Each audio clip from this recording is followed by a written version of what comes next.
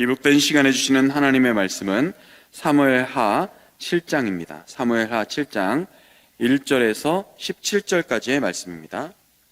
사무엘하 7장 1절에서 17절까지의 말씀입니다. 구약성경 473면에 있는 사무엘하 7장 1절에서 17절까지의 말씀입니다. 사무엘하 7장 1절에서 17절까지의 말씀 교독하겠습니다. 여호와께서 주위의 모든 원수를 무찌르사 왕으로 궁에 평안히 살게 하신 때에 왕이 선지자 나단에게 이르되 볼지어다 나는 백향호 궁에 살거늘 하나님의 궤는 휘장 가운데에 있도다. 나단이 왕께 아뢰되 여호와께서 왕과 함께 계시니 마음에 있는 모든 것을 행하소서 하니라. 그 밤에 여호와의 말씀이 나단에게 임하여 이르시되 가서 내 종 다윗에게 말하기를 여호와께서 이와 같이 말씀하시되 내가 나를 위하여 내 살 집을 건축하겠느냐. 내가 이스라엘 자손을 애굽에서 인도하던 냈던 날부터 오늘까지 집에 살지 아니하고 장막과 성막 안에서 다녔나니 이스라엘 자손과 더불어 다니는 모든 곳에서 내가 내 백성 이스라엘을 먹이라고 명령한 이스라엘 어느 지파들 가운데 하나에게 내가 말하기를 너희가 어찌하여 나를 위하여 백향목 집을 건축하지 아니하였느냐 말하였느냐. 그러므로 이제 내 종 다윗에게 이와 같이 말하라.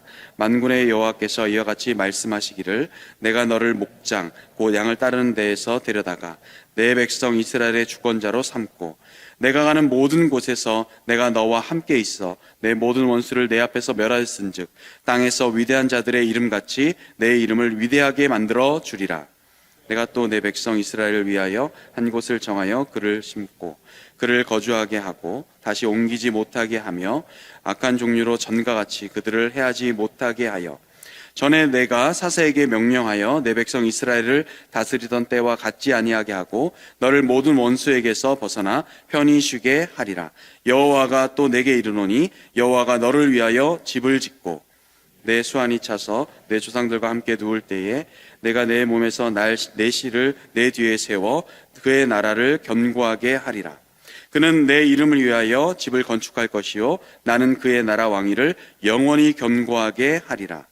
나는 그에게 아버지가 되고 그는 내게 아들이 되리니 그가 만일 죄를 범하면 내가 사람의 매와 인생의 채찍으로 징계하려니와 내가 내 앞에서 물러나게 한 사울에게서 내 은총을 빼앗은 것처럼 그에게서 빼앗지는 아니하리라.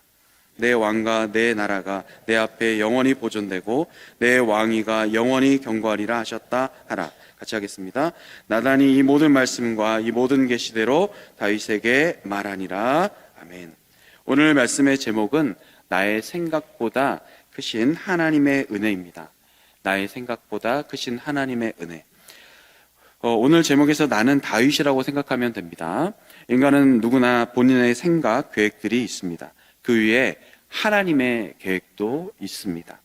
우리는 나의 계획 속에서, 내 계획 속에서 고민하고 또 감사한 것도 있지만 이 연약한 인간이기 때문에 그 계획이 잘 안 돼서 불만을 갖기도 합니다.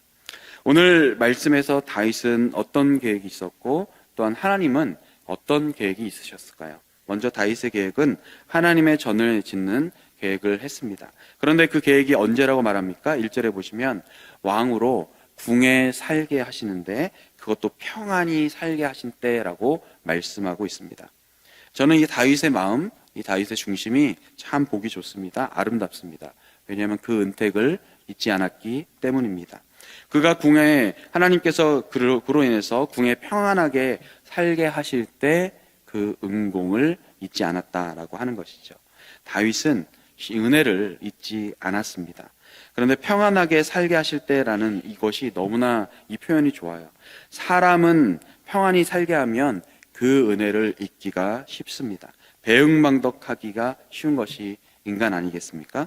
병이 들면 좀 간절하게 하나님을 찾고 좀 나아지면 내가 운동해서 그렇지, 내가 관리해서 그렇지 라고 말하는 것이 인간의 속성입니다. 그런데 더 아름다운 것이 동기예요.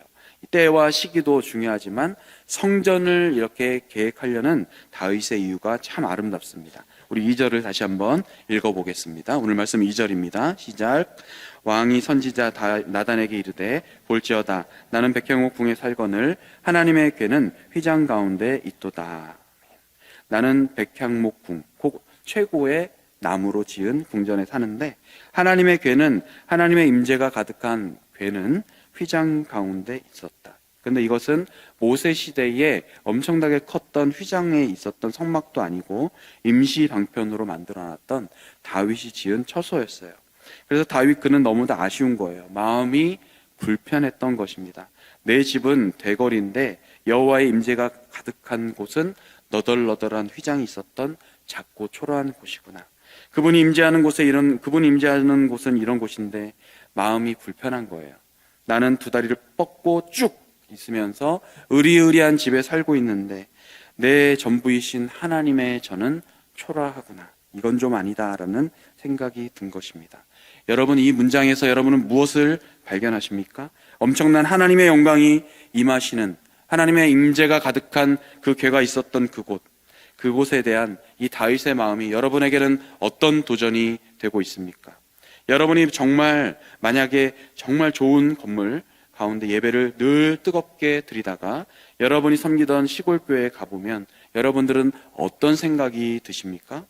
우리 교회 정말 귀하게 발전해야 되는데, 정말 그 교회가 잘 됐으면 좋겠네 라고 하면서 때로는 10년 전과 20년 전이 똑같네 라고 하면서 불만을 갖기도 하죠. 그런데 중요한 것은 시골 교회에 대한 발전을 위해서 그 마음을 드리고 그곳이 변할 수 있도록, 불평과 불만이 아니라 실제적으로 그 교회를 도와줄 수 있도록 하는 것이 중요한 줄로 믿습니다. 그런데 지금 이 다윗의 마음이 실제적인 것이 어떤 것인지, 과연 어떻길래 이런 것인지를 제가 수치를 한번 찾아봤는데요. 다윗 궁전을 찾아보니까 한 302평 정도 나와요. 그런데 휘장을 찾아보니까 6.4평이에요. 그러니까 하나님은 6평에 머무시고 나는 300평에 있다. 곧 50배가 넘는 차이가 나는 그런 곳에 하나님이 작게 임하시니 나의 마음은 불편했다. 다윗의 마음은 불편했다라는 거예요. 나는 땅땅거리면서 잘 되는 것 같은데 세상의 주인이신 하나님, 나를 이때껏 사랑해 주신 하나님은 그 작은 곳에 머물렀다라고 하는 사실에 그는 의로운 마음으로 거룩한 부담감이 온 것입니다. 내가 아끼는 교회, 내가 사랑하는 교회, 이렇게 나는 편하게 살고 있는데 그렇게 돼 주님은 저렇게 초라하게 계신데 라는 의문이 생긴 것입니다. 저는 이 마음이 잊혀진 우리의 마음을 다시 한번 돌아봐야 된다고 생각합니다.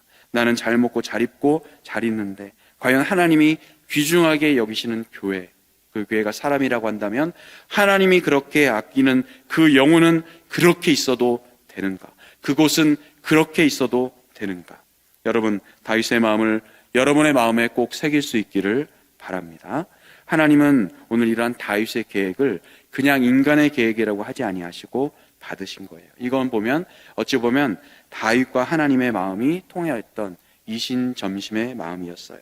다윗은 하나님의 진심을 알고 전심으로 하나님이 원하시는 일을 했던 것입니다. 이 동기와 시기에 누가 봐도 적합한 계획이었습니다. 그래서 나단이 말하죠. 왕은 이 모든 것을, 이 합당한 일을 행하소서. 그런데 이것은 다가 아니다라는 생각을 하나님께서 나단을 통해서 다윗에게 말씀해 주십니다. 이것은 하나님의 계획과 축복이라고 할 수가 있습니다. 하나님께서 계획을 세워주시기 전에 다윗에게 의도를 말씀해 주시는데요. 내가 나를 위하여 살 집을 내가 건축하겠느냐? 내가 나를 위하여서 나의 집을 건축하겠느냐?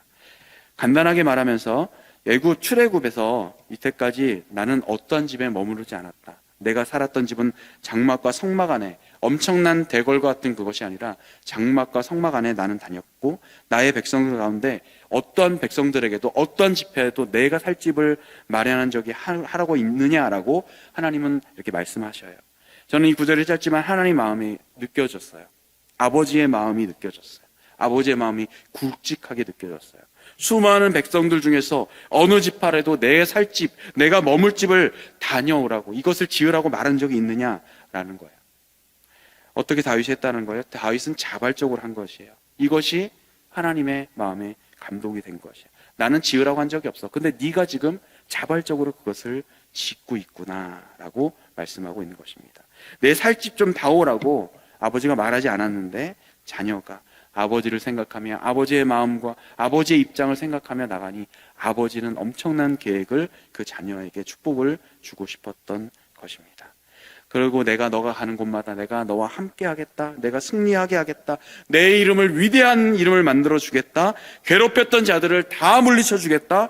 땅에 터도 주겠다. 너의 이름을 완전히 높여서 축복하며 대대손손 그 이름을 기억하며 승리의 이름으로 만들어 주겠다. 사사시대의 혼돈한 그때 가운데 갖지 아니하고 평안한 시기를 너에게 허락해 주겠다. 다만 너는 그 집을 짓지 아니하고 내 뒤에 날 씨가 내 뒤에 날 자가 솔로몬이 그 성전을 건축할 것이다. 그리고 그 뒤에 엄청난 내 씨 뒤에 그 나라가 견고해지며 내 이름을 위하여 건축하고 그 나라의 왕위를 견고하게 하겠다. 너의 왕 그 가를 완전히 견고하게 하겠다고 말씀하고 있습니다. 이것이 솔로몬에 대한 예언이기도 하지만 예수 그리스도까지 나타나는 엄청난 놀라운 역사의 말씀이기도 합니다.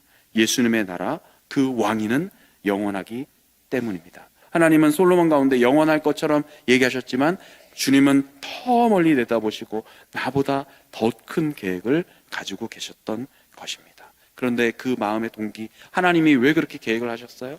네가 나를 위하여 집을 짓겠다고 했던 그 중심의 마음을 하나님이 보시고 그를 향해서 엄청난 계획을 세워주신 것입니다. 사랑하는 여러분, 여러분 지금 어떠한 마음으로 기도하고 계십니까? 어떠한 기도 제목을 가지고 계십니까? 다만 우리가 기도할 때 하나만 더 생각했으면 좋겠어요. 아버지의 마음이 이것이죠. 어려운 사람들 가운데 마음이 가 계시죠? 하나님은 도대체 어떤 생각을 하고 계십니까? 나의 계획을 좀 더 위에서 바라보시는 하나님의 계획은 무엇입니까? 그 말씀을 붙들며 확실하게 기도하는 오늘이 되었으면 좋겠습니다. 하나님은 나보다 더 큰 계획을 가지고 계십니다. 왜냐하면 하나님은 나보다 비교할 수 없을 정도로 크신 분이기 때문입니다. 믿으십니까? 하나님의 계획을 신뢰하며 나가는 우리 모두가 되었으면 좋겠습니다. 그 다윗의 반응은 내일 나오게 됩니다. 내일 함께하길 바랍니다. 기도하겠습니다. 사랑의 하나님 아버지, 때로는 우리의 인생의 문제에 치여서 허덕이고 내 계획만을 중심적으로 살아가고 있는 우리의 인생이지만 하나님께서는 더 큰 계획으로 함께 하신 줄로 믿습니다. 내 뜻보다 더 크신 비교할 수 없는 엄청난 하나님의 은혜를 기대하게 하시고 신뢰하며 살아가는 우리 모두가 되게 하여 주옵소서. 하나님의 계획으로 이 땅 가운데 오신 예수 그리스도의 이름으로 기도하옵나이다.